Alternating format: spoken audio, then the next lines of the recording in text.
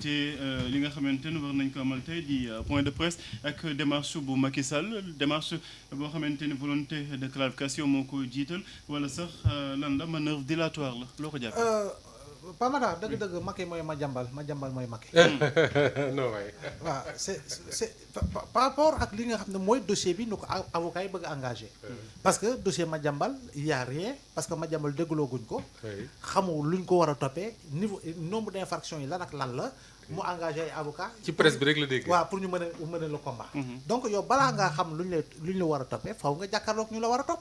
donc yow fii c'est la même chose Macky Sall président Macky Sall si wàllu boppam dañu wax lu dette cachée mu créé benn pôle d'avocat nee na dafa bëgg la lumière mais la lumière a été déjà faite. par l'audit de l'inspection générale des finances et par l'audit de certification de la Cour des comptes. mieux encore par li nga xam ne mooy Mazars lu mu jot a liggéey. ak li nga xam ne Fonds monétaire international wax na ko. donc loolu rek moo si am solo donc de ce point de vue là li ëpp solo pour man gouvernement bi si lu war a mën a concentrer wu Pamatar. mooy naka lay fexe ba améliorer les conditions de vie et d'existence des Sénégalais.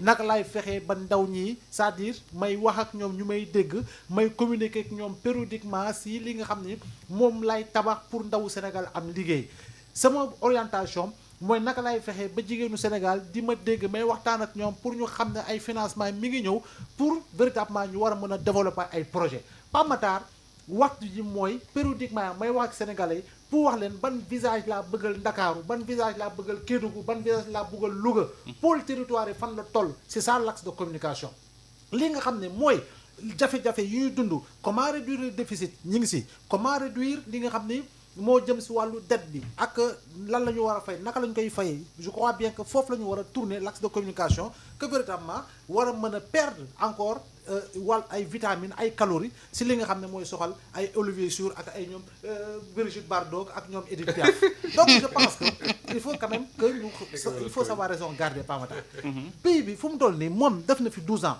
lu mu fi def na ko Abdoulaye Wade il a été élégant amul lu mu ji Macky Sall amul lu mu jiiñul Abdoulaye Wade xam na ko njëkk a jiiñ yaa ngi sàcc ay ndaal ak ay satala xam nga ak tama yu nekk palais yaa ngi dégg nga wëlbatiku ne ko les caisses de l'État sont vides fekk ñu fi dara nga wëlbatiku nga ne 600 voitures ñu réer nañu mëy Abdoulaye Wade fi mu toog la toog lu ko yi ñu joxoon chef de village voilà li ko andi Ndakaaru en 2014 xam nañ ko c'était relativement l'arrestation de son fils Abdou Diouf quand il a quitté le pouvoir en 2000 Abdoulaye Wade da ko jàppale au même titre que ses pairs pour mu nekk secrétaire général de la francophonie Senghor quand il a quitté le pouvoir le 31 décembre 1980 il n'a plus jamais reparlé du Sénégal jusqu'à sa mort et je pense qu'aujourd'hui même bu fekkee ni Macky Sall dañ koy wax ndaw la il a véritablement la volonté de vouloir revenir parce que itam dafa xam nu ko Moussa waxee lan mooy opposition au Sénégal parce que jamono ji Idrissa Seck naan mburoog sow ay gloria yu bari ñu ngi woon ci opposition bi gloria yu bari ñu ngi woon ci opposition bi ñu ngi doon donner l'impression de s'opposer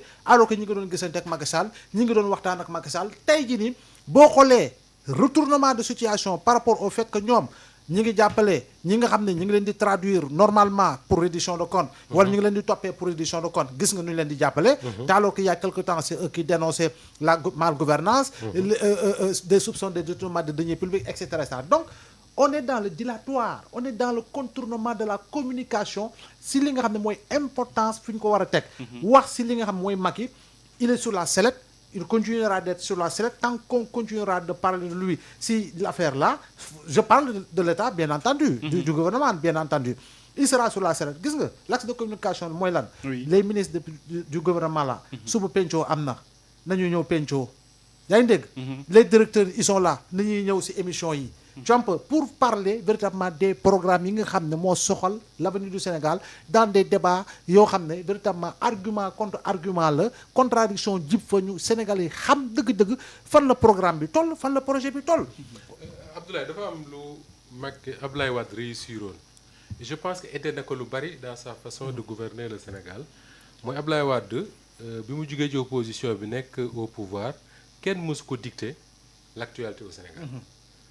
moom moo ko daan tànn en fait pour dire les choses comme ça Abdoulaye Wade demoon na ba doon wax ne moom ba muy perdre pouvoir bi dafa populaire woon il était en état de grâce pourquoi parce que le tempo de l'actualité au Sénégal Abdoulaye Wade moo ko doon tànn kenn du ko imposer j'ai l'impression que ni peut-être le monde a changé de 2000 à maintenant il y a tellement de révolution ci médias yeeg yooyu que tey c'est difficile de contrôler tout ça mais damay jox un exemple simple Pape Makhtar. oui oui. tey ñi ngi def ay opération de désencombrement. Sénégalais yépp xam nañ ne jubluwaay bi lu baax la.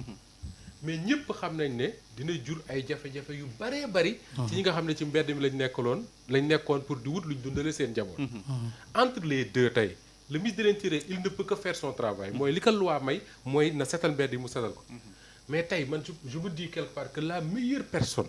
bi mënoon a waxtaan ak ces jeunes là dalal leen mooy le premier ministre lui-même. comme ni mu ko defoon début bi. oui même si c'est un live de 5 minutes.